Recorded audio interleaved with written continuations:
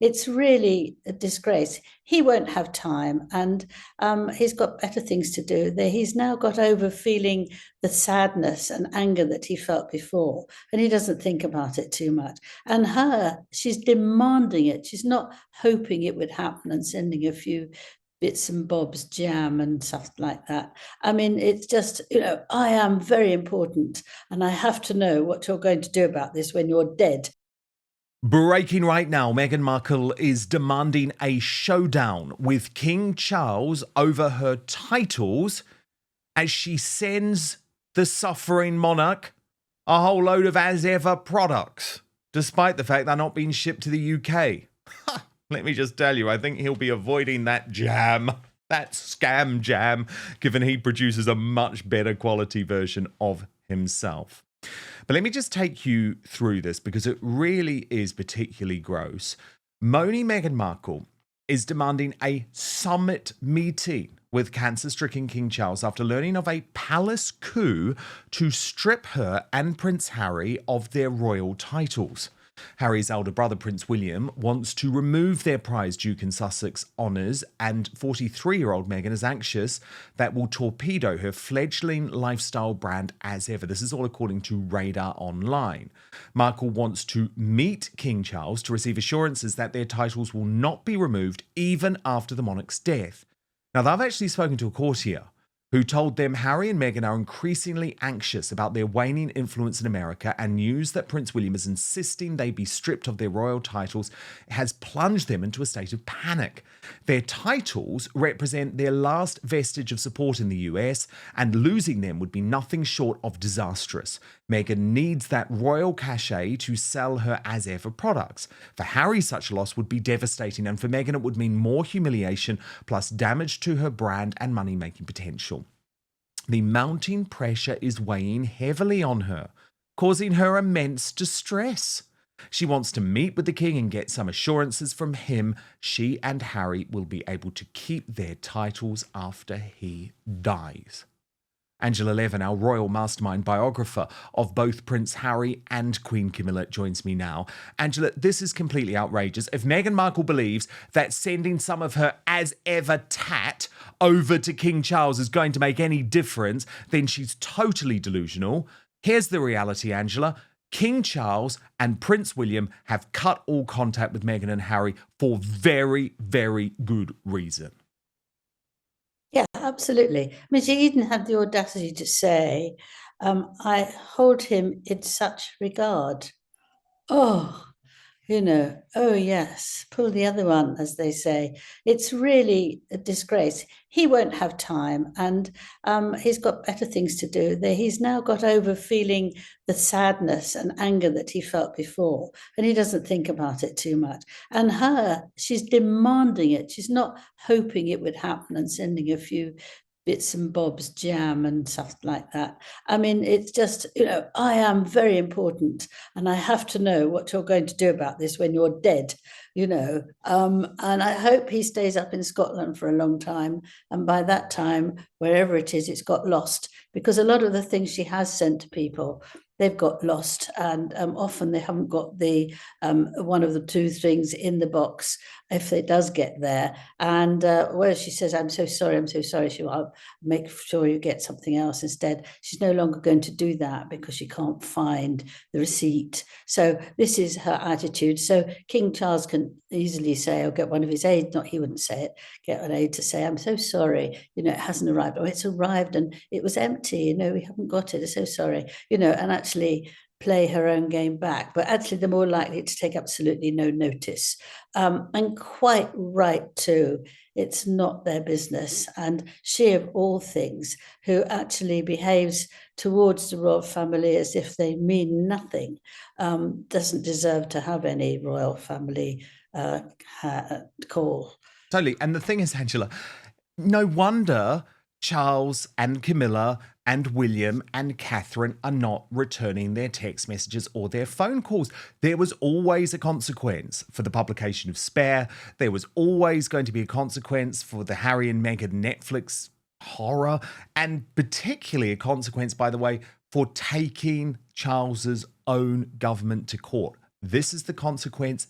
Deal with it. Sending some of your scam jam over the Atlantic is not going to make a difference. But what's also very interesting, Angela, is that overnight, the Daily Beast have reported on this outrage that Meghan Markle has apparently attempted to claim to the public that Her Royal Highness, that title, which she's not allowed to use, is something that foreign dignitaries are actually referring to. Now, what's really interesting about this was from the Ukrainian Vice President, Yulia. Now, you'll know that Harry was in Ukraine, which is a whole other story. 90 minutes. Yeah, exactly. And given he says, oh, it's so unsafe in the UK for me, but, I'm going to go to Ukraine. Yeah. But if you actually Another look story. at this LinkedIn post, exactly, this LinkedIn post from Yulia Angela, what's so interesting, you'll see there, and this is really critical, I've circled Meghan Markle at the top, because then when Meghan posted it on Instagram, she got rid of that top of the post so that it began with Your Royal Highness. Now, the Daily Beast and their very well-connected royal editor or European editor at large, Tom Sykes, has been looking into this. And not surprisingly, Angela, this has caused huge consternation with the palace. It's worth me taking you through it because he's done some very good reporting on this. So he writes that Meghan Markle has provoked outrage among friends of the royal family after publishing a message addressing herself as Your Royal Highness. However, Meghan has called that Sandringham Summit agreement into question by publishing a letter from Ukraine's vice president on Instagram using the greeting this weekend. Buckingham Palace declined to comment, but a friend of King Charles III told the Daily Beast that he would be dismayed at Markle posting a screen grab to Instagram of a message from a senior Ukrainian Vice Prime Minister, Yulia Svajdenko, that began Your Royal Highness. And this is what the friend of the king said. It's outrageous. Every time you think they can't make it worse, they make it worse. The deal with the HRH was a way to stop them cashing in while letting them walk away with pride and dignity and trust. And now Markle is using her HRH on a website which seems to exist to sell jam. They say they want a reconciliation. I'm sure the king's first reaction will be dismay, but he simply doesn't allow himself to get angry about things like this anymore.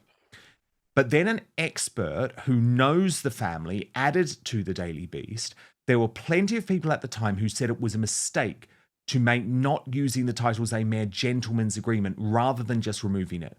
This post may not matter in and of itself, but it raises a bigger question. What are they going to do if she simply starts using her HRH again? She probably can't be stopped as things stand right now. The bottom line is she is officially an HRH. It was never removed. And tellingly, Markle's office did not respond to a query from the Daily Beast asking if the post meant either that she would henceforth not correct people using her HRH title or that she intended to actively start using it herself again. And Angela, this is why I have always been so clear, ever since before the Sandringham Summit, the titles should have just been removed. She wants to be Her Royal Highness. Yep, absolutely. Now, in retrospect, it sounds that it was all very wrong. But at the time, I think that Buckingham Palace, the king, and everybody involved in it didn't want to make more of a staff than actually was needed. And so they wanted to go very carefully. And they thought that if they didn't do that, they could leave with dignity. And it wouldn't be quite so bad for them. But of course, the dignity's long gone, and their behaviour hasn't fallen in with what they said, which was they wouldn't use the royal name when they were trying to make lots of money. Commercial gain is the actual word, and they didn't really want that to happen. So it's a very difficult thing to have decided, but very wrong now in retrospect that they didn't actually go at the time. But first, you know I never recommend anything on Outspoken unless I truly believe in it, and today, something really game-changing for you. Have you ever stopped to think about how crucial comfort is, especially down there? Well, let me tell you, today is Outspoken, proudly sponsored by Sheath Underwear, the revolutionary brand shaking up men's comfort across the globe. And here's what makes it even better. Sheath was founded by a US Army veteran, Robert Patton, while he was serving in Iraq back in 2007. So that's right, this isn't just any underwear brand. It was designed for the toughest conditions imaginable. Patton was battling relentless heat and discomfort in full combat gear, and he thought there has to be a better way, so he created it. And let's be honest, traditional underwear just doesn't cut it anymore. Sheath's innovative dual pouch design ensures your comfort all day long, keeping things separate, cool, and fresh. Imagine your essentials being comfortably cradled away from unwanted friction and heat. Trust me, it is genuinely transformative. I've personally tested these at the gym, on long days at work, even just relaxing at home. And I'm telling you, once you've experienced Sheath, there simply is no turning back. They're stylish, they're supportive, and they deliver unmatched comfort. It's like upgrading from economy to first class, but for your underwear. Right now, I'm offering you an exclusive 20% discount at www.sheath.com. Yes, that's 20% off your entire order when you use my special promo code Outspoken at checkout. So what are you waiting for? Sheath, by the way, perfect present if you're looking for something for your husband, your boyfriend, your son, your brother, or hard to buy for best mates. And this is very exciting. Ladies, there are female versions available too, which you can see here in this photograph showing, by the way, that Sheath is the first official underwear of the UFC. Look, they look amazing, don't they? So click the link below. Enter Outspoken at checkout, sheath.com, and you can thank me later when you're feeling comfortable, confident, and ready to tackle anything your day throws at you. Sheath underwear, redefining comfort, one pair at a time. But now, back to the show. And then, of course, we come to this debacle over Prince Harry's court case and the security, but I just wanted to show you one of these brilliant memes. You know, sometimes, Angela, something comes up on the internet and it's just so good because it sums up a story actually better than sometimes we can. And this is one of those examples. The Prince Harry hokey cokey. They tried to trap us in. They tried to force us out.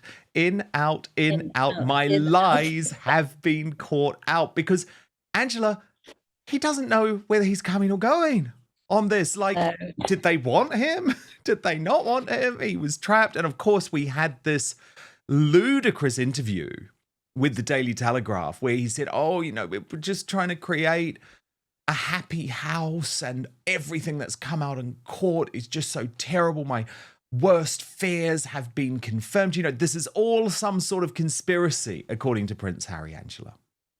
Yeah, well, it's absolutely extraordinary that a man who might be terribly intelligent, but he is intelligent, people say he's not, but he has actually got some intelligence, should keep asking again and again and again for the king to deal with the government and let him have our tax money to help him look after himself and his family 24/7.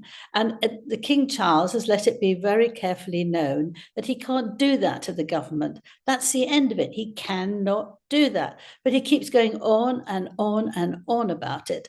And then just behaving like a child, actually, sort of being very spoilt and spiteful and actually getting his own way and determined to do that. It will be a disaster if the court decides that he can have some money, because if he gets it for just this country, it won't be enough, certainly not for Meghan. Meghan, suddenly she will like it here because they don't have to pay and she can get a lot of information which she can sell and to Netflix, and they can get another contract. But otherwise, if they get it for here, they will want it for all around the world. It would cost us a fortune. Why should we give our tax for them to go running around the whole world making rude comments about the royal family? They can't do that, and they're not going to do that.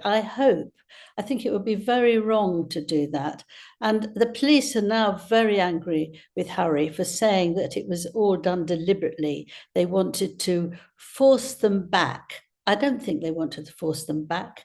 They don't at all. They want to keep them out the way for as long as possible because they're getting worse and worse. I think they don't get more desperate, especially, and because one day she's kind to him, the next day she's not. One day she kisses him all over in public, another day she gets rid of him for a week so that she can have space for herself. And he doesn't know where he is, but he does know that she wants that to work, and he wants to be proud that he's done it for her. And so he's is absolutely all over the place. He doesn't know what he's doing, and he's making a complete fool of himself, I think. Meanwhile, Angela, speaking of making a fool of himself, this Sentebale charity disaster Yes. ain't going anywhere. I know it's gone a little bit quiet over the past few days. I haven't heard from Dr. Sophie Chandoka again, but that court case isn't going away. However, Angela, Sue Reed, very good journalist for the Daily Mail, has actually gone to Lesotho and written a really damning investigation, which is headlined How Harry's HIV Charity That Promises Never to Forget has left behind the very Lesotho orphans it was set up to save. And look, there's so much damning stuff in this article, Angela, but I just want to read out just one paragraph for you, where she writes about a particular family, the Matila clan. And she says, last October, the Matila clan, some with no shoes, watched in awe as smart cars swept past their shack, taking Harry to the HQ to celebrate nearly 2 decades of Sentebale's work in Africa. Prince Harry didn't wave or stop to say hello to any of us when he drove by to the ceremony. Like so told me last week as she stood on the dirt road outside her home, half a minute's walk from the charity's headquarters. I have asked his Sentebale to give my grandchildren a few meals, even some clothing. The staff at the door have always said no. We have got nothing from them. And that's just one small anecdote, Angela, in a feature which paints a damning picture of Sentebale. Far, far, by the way, before Dr. Sophie Chandoka came on the scene. Harry has real questions to answer here, does he not? He does, but I think all his humility and looking after people has disappeared. I think he feels he's got enough to do with himself, and he's the one that counts. So all the humanitarian side of him, which was very strong when I was with him a long time, in 2018. He does, it's all evaporated because he can't deal with himself and he can't deal with Meghan, and everything's awful. So he just doesn't want to know. He's not interested. He's not putting anyone else before him. Now, I can just say this at maybe at the right time with King Charles. Camilla was saying, somebody asked him when they were in Italy, will he stop working now? And she said, you'll be lucky, which is a very unqueen-like thing, but very nice. And she said, what's keeping him going is helping others. And I think that that's what keeps him going. Whereas Harry doesn't want anything to do with other people's need. If he goes somewhere, he's back very quickly. And it's just to get photographs of himself now, because he's into that too, despite saying that every time he hears a camera go, he thinks of his mother and it upsets him terribly. That's gone too. So I think all the sensitivity of his world once was very important, and now it's really all about him because he's trying to save himself, and I don't think he's doing it very well. No, I know. Now, Angela, can we speak about King Charles and Yeah. Queen Camilla and the Yeah. state visit to Italy? Now, Yes. you obviously know the Queen very well. You're her biographer as well as Prince Harry's, and she spoke out on this trip saying, "No way is Charles going to slow down." And obviously, I understand that, Angela, because he has waited his whole life for this very important role, has been struck down with incurable cancer. So I totally understand. But Angela, in that photo with the Pope, and remember, the Pope has just recovered from his own near-death experience. I am concerned about how Charles is looking. And don't you think there has to be a balance? Like, we need him to be available for these big events, the state events, all of that sort of thing. Does he not need to slow down a little bit? I think actually it's a very good idea he keeps going as long as he can. I think, well, I know Camilla makes him rest a bit, but he just won't listen. And I think it's not just because he's been waiting all this time, it's because that's what he cares about. He wants to meet as many people as he can every day. He wants to talk to them. I spent a year with him. I didn't write a book, I wrote in a magazine. And he spoke to everyone. It was students. He spoke to every one of them. And he does now do that now. He likes to know what people are like, what they're feeling, catching the mood of the atmosphere. He does look pale in that picture you've just shown, but I think he would look a great deal paler if he didn't do anything. I think it would really upset him. And I know. And it's, look, I appreciate, Angela, what a fine line this is, okay? Because he is someone who, as you know, from having spent a year with him, he has a monumental work ethic. He works all hours of the day, and he's always been very focused on his health because he probably knew that given how long his grandmother lived, the Queen Mother, he knew that it was unlikely that his own mother would die young. So he would probably take the throne at an old age. But he is undergoing, he's 76 and he is undergoing quite brutal treatment. So I'm not saying at all that he should be bowing out from all events. My argument, Angela, is for some of these, how do you put it, like the more minor events, give them to Sophie, the Princess of Edinburgh. Give them to potentially even Princess Eugenie and Beatrice, who are desperate to do more work. Call in Zara and Mike Tyndall, for example, who would help out. But I just think he's got to be careful not to run himself into the ground when he's undergoing this treatment. He did all the things yes, he for did. A few days. He did. No, it was a few months, wasn't it? He did take some proper time off. And Camilla knows how much he loves Scotland, and she's always encouraging him there. And he goes there, and when they're there, it's walking, it's relaxing. They might do one or two things a day, or even just one. And that sort of brings back the energy and gives him peace, and I think that's worth it. But you work incredibly hard, don't you? You work very hard. I don't think you would like to stop. No, and I get it. But all I'm saying is that he is undergoing treatment. So Catherine returned to work in a major way once her treatment had ended. I just, as I say, I'm just looking at that picture of his face, Catherine, Angela, and he's just, it's just sad to see. He's aged so significantly. Catherine spreads it out, doesn't she? She does. She doesn't do it one after the other. And 4 days, it was incredibly busy then. But it was their 20th anniversary, and I think they both wanted to really enjoy it. And the way they were... Yeah. And he's the king. He's the king. Look, he signs up to his mother's motto, which is that the royal family has to be seen to be believed. And yes. I get that. I do get that. I think it's just a bit of a balancing act, but I think it would be, irresponsible not to mention the fact that he is still undergoing this treatment. His treatment has never ended. That. He is not in remission from cancer. He continues to have this cancer. He continues to undergo treatment, and that is obviously a very difficult thing, a sad thing for the country as well, to have a monarch who has potentially an incurable disease. But Angela Levin, really brilliant to have you back. Goodness me, so much went on, didn't it, on my week off? Yes, it was amazing. I thought, oh, come on, let's get back to it. I know, my goodness, it's all been going off. So we will speak later in the week. Thank you so much for watching Dan Wootton Outspoken. Please click on my face just to the bottom left to subscribe to this brand new independent news source and turn on the notification bell so you'll be alerted to our brand new live shows, uncancelled interviews, and special royal episodes. Outspoken is also now available as a podcast, so you can listen to the show every weekday on the go, wherever you are.